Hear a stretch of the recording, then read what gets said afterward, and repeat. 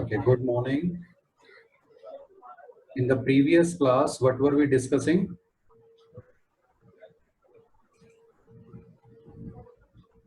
Radha, what were we discussing in the previous class?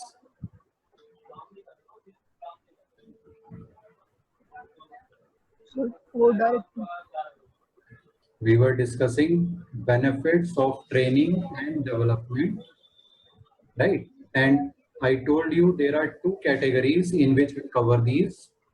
One is benefits to the organization, and the other is benefits to the employees. In the previous class, we had discussed benefits to the organization. The points are improved performance, better than hit and trial methods, effective response to changing environment, development of future managers, high morale and low absenteeism. Now we come to the benefits to the employees. First point is better career prospects. When employees are well trained, they will do their job well, they will perform well, so they will get much more experience, and whenever they apply for a higher position within the organization or outside the organization, they will have better chances of getting a promotion or getting a higher position job elsewhere. So their career prospects improve. With training, their skills also improve, and with higher skills, with better skills, again, their career prospects, their chances of getting promotion, their chances of getting a better job elsewhere improve. Next is high earnings. Well-trained employees perform better, and when they perform better, then they get good incentives, so they earn a good amount in terms of salary and incentives. Third is fewer accidents. When the employees are well trained, safety training is also part of training.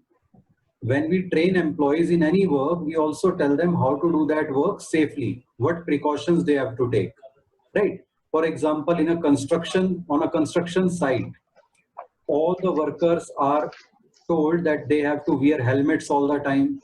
If they are working on a higher floor at a height, then they have to latch themselves with ropes tied to some secure pillar, right? So safety measures are also taken by the employees who are well trained, and this results in lesser accidents.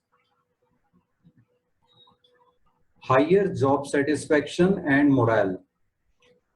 Employees who are well trained are able to do their job well, so they are full of confidence and they get a lot of satisfaction by doing the job well. So they are highly motivated, they are highly satisfied. Clear?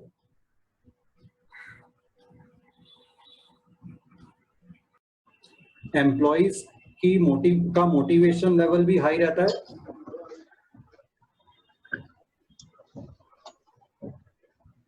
और उनकी job satisfaction भी high रहती है. ठीक है, क्यों high रहती है? Because when they are well trained, they are able to perform well. When they are able to perform well, then they get a lot of satisfaction from their work. Clear? Yes. Now we come to differences between training and development. Meaning, training is imparting or improving the knowledge and skill of an individual in doing a particular job efficiently and effectively. So it focuses mainly on skills related to a job. Whereas development is a process of learning and growth. Purpose of training to improve job performance. Purpose of development, overall development of personality. Orientation. Training is more of job oriented, whereas development is career oriented. Another term related with training and development is education. Can you tell me what is education? So imparting knowledge, value. knowledge, imparting knowledge. Okay. इतने सालों से पढ़ रहे हैं एक educational institution में, लेकिन कभी शायद सोचा नहीं what actually is education. Education is The different. values and what gives to thinking. Yes, very good. Education is different from qualification. It is also different from literacy. Literacy simply means the ability to read and write in any language comfortably. और वो I think second, third class तक के बच्चे को आ जाता है. तो literacy उस level तक हो जाती है. Qualification is a level of knowledge that you have gained. Literacy is the first level. Then primary level up to 5th standard. Then middle level up to 8th standard. Secondary level up to 10th standard. Senior secondary up to 12th level. Then graduation, post-graduation, then PhD, doctorate. There are various levels of qualification. So qualification refers to a particular level of knowledge acquired. Education is different from all these. Training and development we have already discussed. So education is a much broader term and very different from all these, although some people get confused between these terms and education. But they are not same, they are entirely different. Let me take an example. Let's say a senior doctor in a hospital is going to the hospital on a particular rainy day where there is water filled on roads, pits are there. So he is going in a rickshaw, let us say, cycle rickshaw. A car passes from the side of their rickshaw at a very high speed, splashing all mud and water on them, on the doctor and the rickshaw puller. Now this car is being driven by a highly qualified software engineer. As soon as the water and mud splashes on the doctor starts screaming. He starts abusing the car driver, who is not even visible by now. He is gone far away. The doctor keeps screaming, keeps saying bad things for the car driver. The rickshaw puller is quietly pulling the rickshaw. After some time, तो rickshaw वाला कहता है, छोड़ो साहब, बेवकूफ आदमी था, चला गया, अब क्यों अपना खून जला रहे हो, क्या फायदा, वो सुन थोड़ी रहा है. Now, who do you think is educated in this example?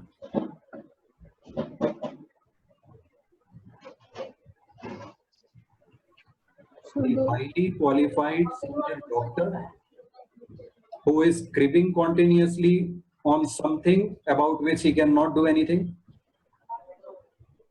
or the highly qualified software engineer who does not have the etiquettes how to drive in rainy season, he is splashing water and mud on others.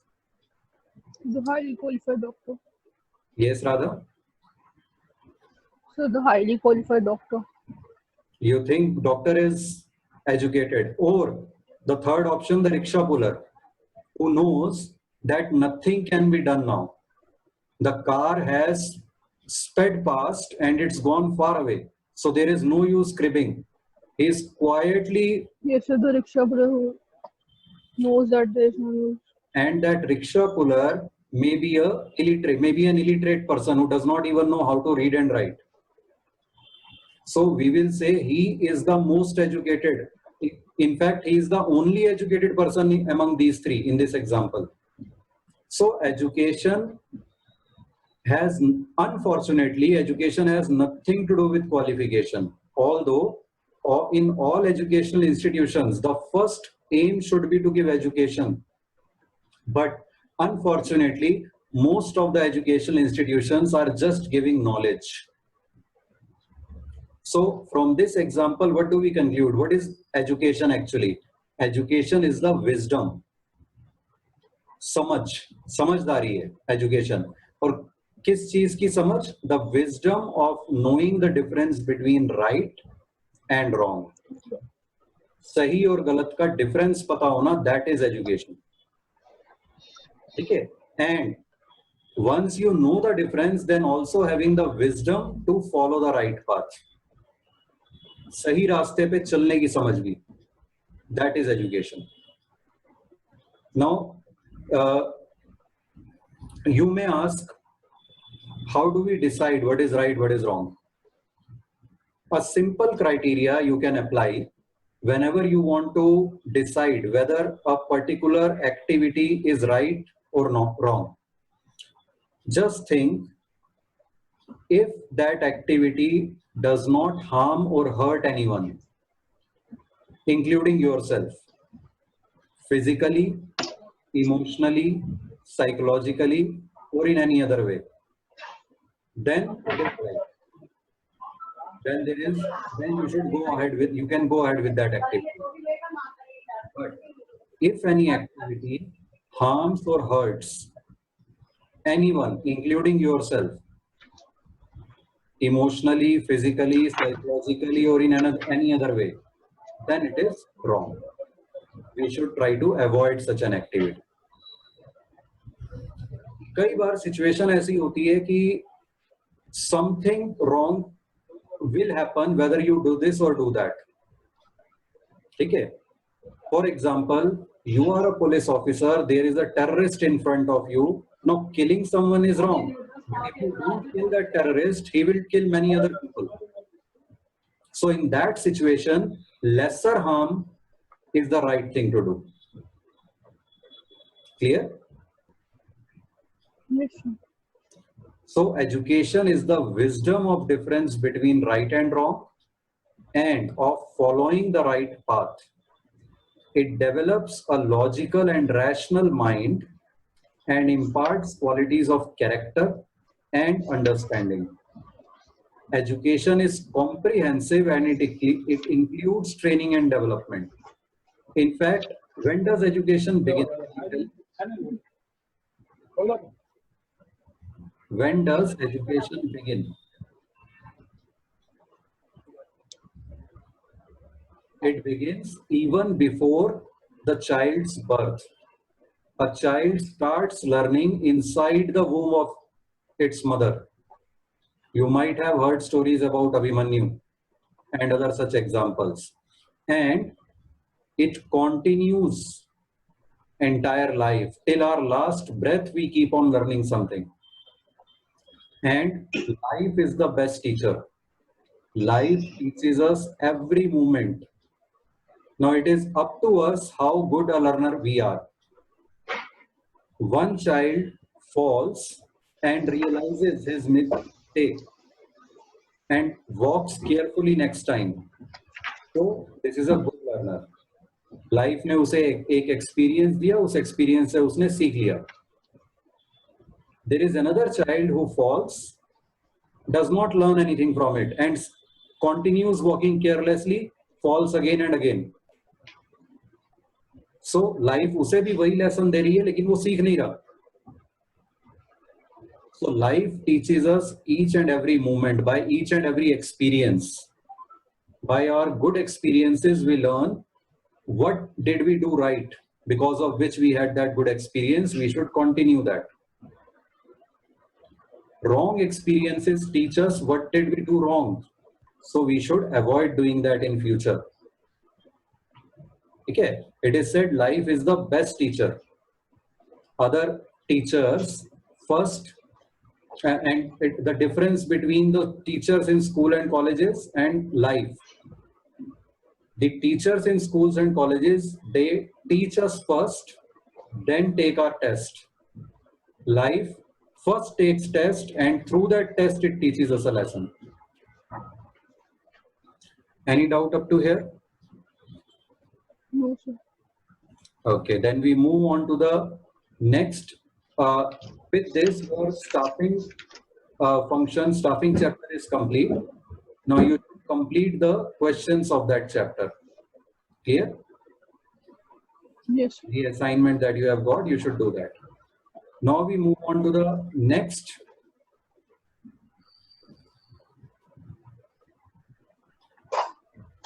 Just a second.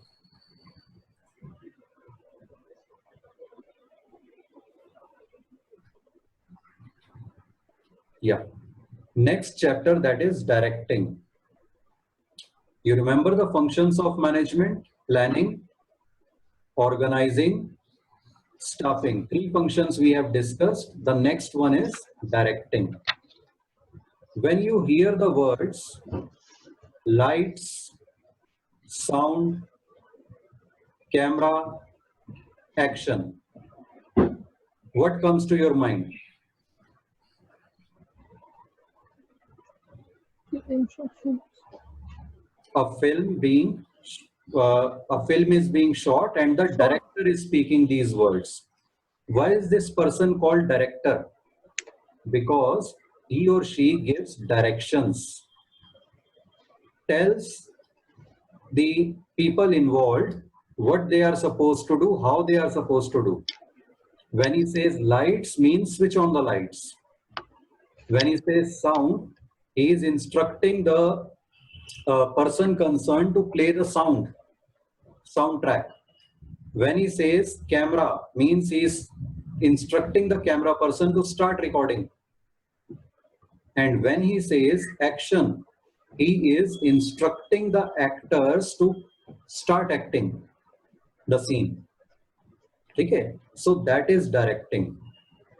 Giving instructions to people what they have to do, how they have to do, then guiding them, counseling them, encouraging them, providing them good leadership. All this comes under directing. And actual physical working in the organization begins with directing. अगर एक नई organisation का हम example लें तो planning में तो mental exercise है मेनली, ठीक है. ऑर्गेनाइजिंग में स्ट्रक्चर डिजाइन हो गया ऑर्गेनाइजेशन का, स्टाफिंग में उस स्ट्रक्चर में लोग अपॉइंट हो गए. अब जब हम उन लोगों को बताएंगे कि क्या काम करना है, कैसे करना है, then actual working in the organisation will begin. Clear? Yes. So directing is the process of issuing instructions, guiding, counseling, motivating, and leading the employees to achieve the organizational objectives. ठीक है? Now we come to characteristics directing. Characteristics or features of directing. First is initiates action. As we just discussed, the actual physical work in the organization begins when the managers tell their subordinates what work is to be done, how it is to be done. Second feature, it is a continuous process. Directing is never ending. It's not like this that the manager tells today that tells the subordinates today that you have to do this work in this manner, and then the manager can relax for the remaining month or year. No, the manager has to give instructions on a daily basis.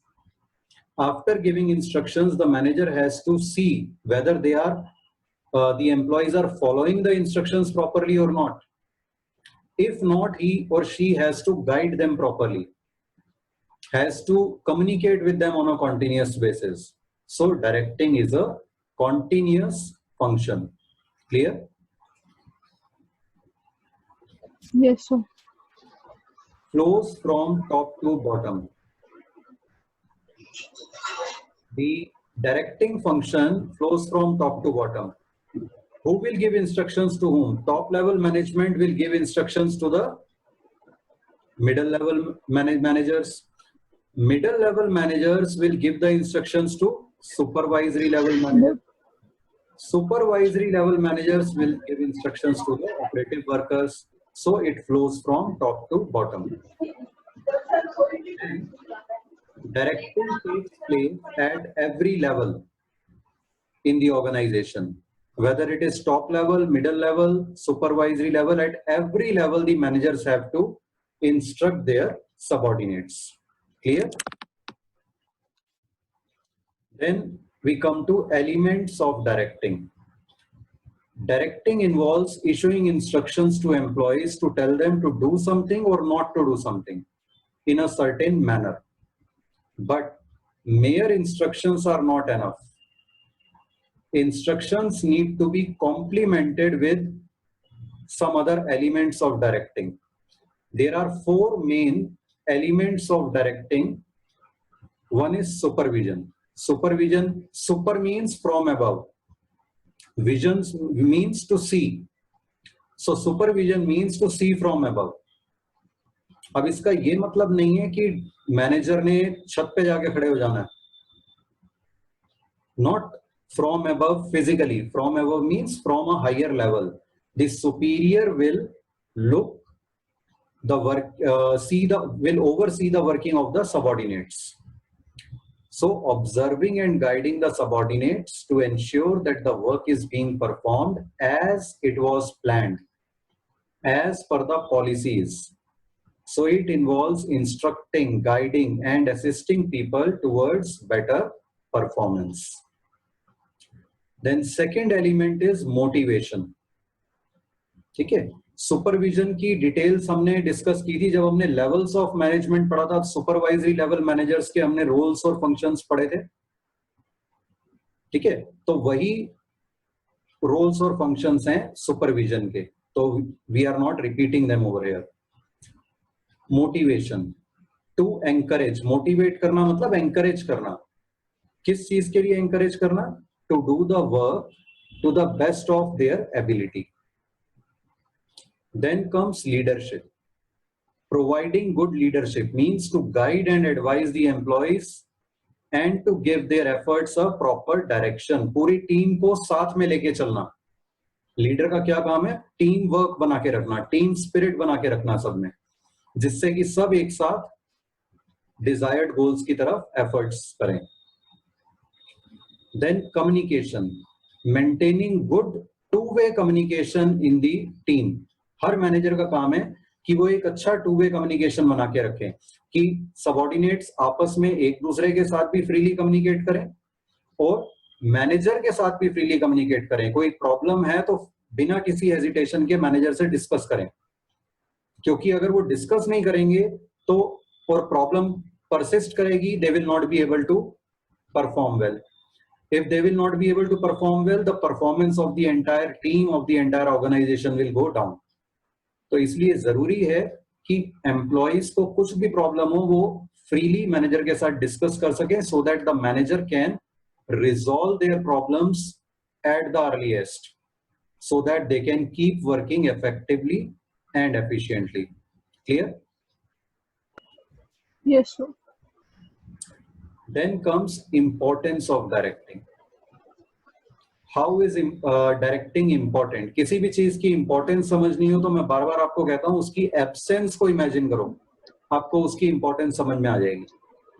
अगर organisation में कोई direct करने वाला ही नहीं है, employees को बताने वाला ही नहीं है क्या करना है कैसे करना है, तो सोचो ऑर्गेनाइजेशन में कैसे काम चलेगा.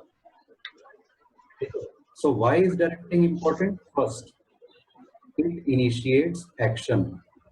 जब तक बताया नहीं जाएगा एम्प्लॉइज को what they are supposed to do, how they are supposed to do, they cannot start working. So it initiates action. That is the first importance. Second, integrates employee efforts.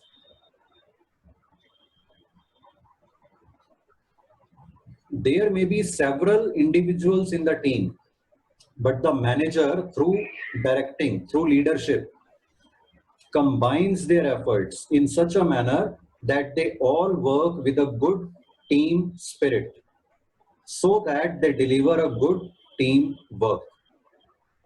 Clear? Yes, sir. Then motivation and leadership. Through directing, managers lead and motivate the workers to put in their willing efforts for the achievement of organizational goals. अगर directing नहीं होगी तो workers को encourage कौन करेगा? तो फिर वो डिस्करेज रहेंगे, उतना अच्छे से काम नहीं कर पाएंगे. The managers help the employees to realize their full potential. Then directing facilitates change. Whenever there is a change in the organization, in way of working, in some new technology, whatever, the manager explains the need of that change to the subordinates. When the subordinates understand the need of change, when they appreciate the need of change, they will accept that change easily and willingly. Otherwise, अगर कोई उन्हें समझाएगा ही नहीं कि क्यों change आ रहा है, उसका क्या बेनिफिट है, then many employees may keep resisting that change. Clear? Yes, sir. Stability and balance in the organization. Directing brings stability and balance in the organization. How? When employees are well aware of their responsibilities, because there are clear instructions what they are supposed to do, how they are supposed to do it. There will be no confusion, or there will be very less confusion. There will be no conflicts, or there will be very less conflicts. And all the individuals will work together with cooperation, with coordination, as a team, as a good team. So this will bring in stability and balance in the organization. Any doubt up to here? No, sir. Okay, we stop here for today. If anyone has any doubt, you can click on raise hand.